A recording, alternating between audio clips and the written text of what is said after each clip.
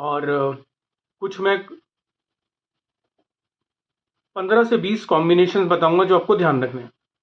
ठीक है, क्या क्या हमको ध्यान रखना है, कैसे, क्या क्या चीज़ें जो हमको यूज़ करनी है, वो मैं आपको इसमें सिखाऊंगा। और क्योंकि ये बेसिक कोर्स का कहीं पर भी पार्ट हो ही नहीं सकता, इसके लिए उम्मीद की जाती है कि आपको काफ़ी सालों का एक्सपीरियंस हो और आपको ज्योतिष बहुत अच्छे से आता हो, यानी ज्योतिष की इम्पॉर्टेंट इम्पॉर्टेंट जो विधा हैं उनमें आप पारंगत हो, वो चीज़ आपको अच्छी आती हो, तो आप जब आप वो रूल लगाएंगे तो आपको एक कॉन्फिडेंस रहेगा।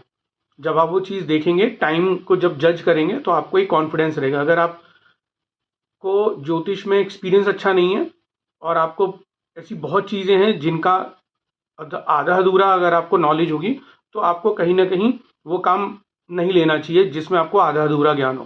तो ये बहुत सबसे ज़्यादा रिस्पॉन्सिबल काम है जो आपको कोई देता है, तो आपको इसको फुल ऑनेस्टी के साथ करना है।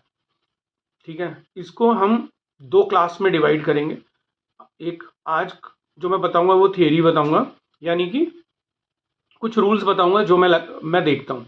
ठीक है, वो हमको सीखना है और वो लगाना है।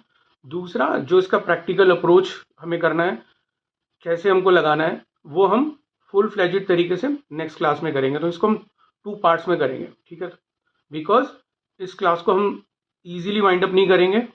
इसमें हमें बहुत कुछ प्रैक्टिकल एप्लीकेशन भी सीखनी है लगाना, तो इसलिए मैंने इस क्लास को 2 पार्ट्स में रखा है, पहला थियरी और दूसरा प्रैक्टिकल। ठीक है, अब देखो, एक एक एक्सपेक्टेशन क्या होती है पेरेंट्स की एस्ट्रोलॉजर से, क्या एक्सपेक्टेशन होगी, ये काम वो किसी, आई होप कि किसी ऐसे एस्ट्रोलॉजर को तो नहीं देना चाहेंगे जहाँ पे उनको थोड़ा सा डाउट हो कि भाई ज्योतिष में ज़्यादा एक्सपीरियंस नहीं है। तो बेसिकली वो वहीं पे देना चाहेंगे जहाँ पे थोड़ा एक्सपीरियंस हो। तो आपको अपना एक्सपीरियंस कैसे शो करोगे?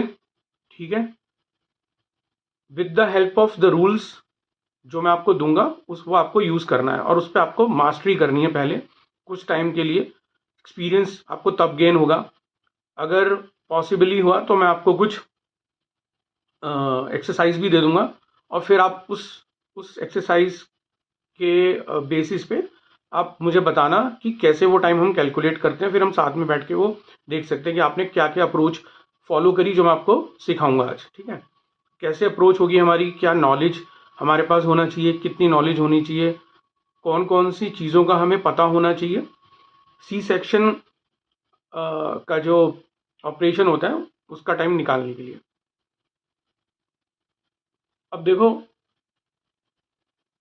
अगर इसमें अगर आपको सबसे पहले मेडिकल एस्ट्रोलॉजी की नॉलेज है, बहुत अच्छी नॉलेज है, तो ये आपके वहाँ पे बहुत काम आएगा टाइम निकालने में, अगर आपको मेडिकल एस्ट्रोलॉजी की बहुत अच्छी नॉलेज है। और अगर आपको थोड़ा सा नॉलेज डीएनए एस्ट्रोलॉजी की है, तो it will be icing on cake.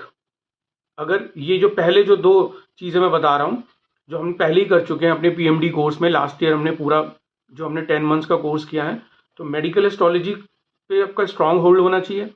DNA astrology में वैसे भी हमने 10 क्लासेस की थी, तो उसको आपको याद रखना कोई ऐसा नहीं है कि कोई बहुत डिफिकल्ट होगा।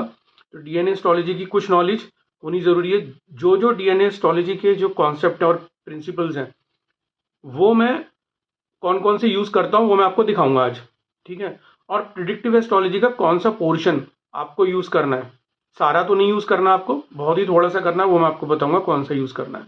तो ये आपके काम आएगा सिजेरियन ऑपरेशन का जो टाइम निकालने में। ठीक है, अब देखो, एक हमने पीएमडी में मुहूर्त का कॉन्सेप्ट नहीं पढ़ा, हमने अष्टक वर्ग भी नहीं पढ़ा।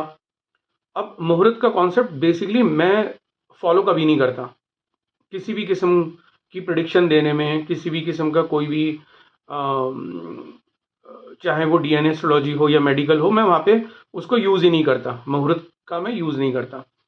सेम वे में मैं अष्टक वर्ग का भी यूज़ कभी नहीं करता मैं, इसलिए मैंने आपको वो सिखाया नहीं, क्योंकि उसका कोई फ़ायदा ही नहीं है।